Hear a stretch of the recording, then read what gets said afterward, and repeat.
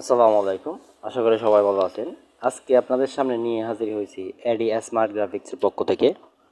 আমরা অ্যাডোবি ফটোশপে আমরা অ্যাডোবি ফটোশপে কীভাবে সকল টুলসের ব্যবহার শিখবো এবং জানবো।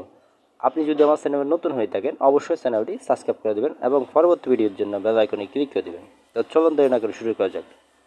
তো আমাদের আজকে মেন টপিক হচ্ছে এই যে আপনি টুলবারে যাবেন, টুলবারে যাওয়ার পরে এখানে একটা টুল দেখতে পাচ্ছেন, এটা হচ্ছে ক্লোন স্ট্যাম্প টুল।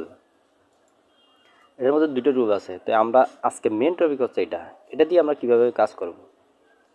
তা আমরা যে কাজটা করব সেটা নিয়ে আসব, ফাইলে যাব, ফাইলে যাওয়ার ওপেনে যাবেন।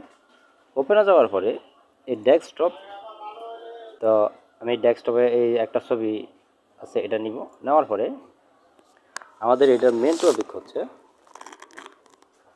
আমাদের এটা মেন কাজ হচ্ছে এই যে এই কান যেটা আছে এটা হচ্ছে আপনার স্ট্রেট আছে, সোজা আছে, এটা কিন্তু পাকা হয়ে গেছে। তো আমরা এই টুলের মাধ্যমে কীভাবে একদম সহজে এই কাজটা করব।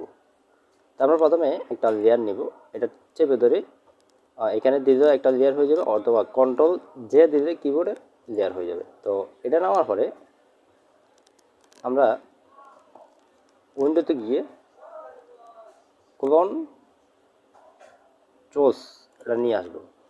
এটা নিয়ে আসার পরে এই যে এখানে একটা টুল মানে আইকন দেখতেছেন, এটার মধ্যে একটা ক্লিক করবেন আর এখানে একটা ক্লিক করবেন।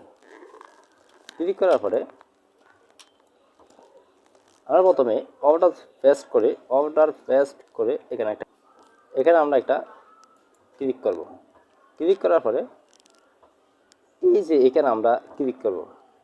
ক্লিক করার সাথে সাথে চেপে ধরবেন, মাউসের রাইট সাইডে চেপে ধরবেন। চেপে ধরার পরে আপনি এভাবে সুন্দর করে মাউসে ড্র্যাগ করে দেবেন। দেখতেছেন একদম সহজে এই অপর কানটা কিন্তু খুব সুন্দর করে মানে তৈরি হয়ে গেছে, একদম কোনো কিছু ছাড়াই। তো আজকে পর্যন্ত এটা দিয়ে অনেক কাজ করা যায়।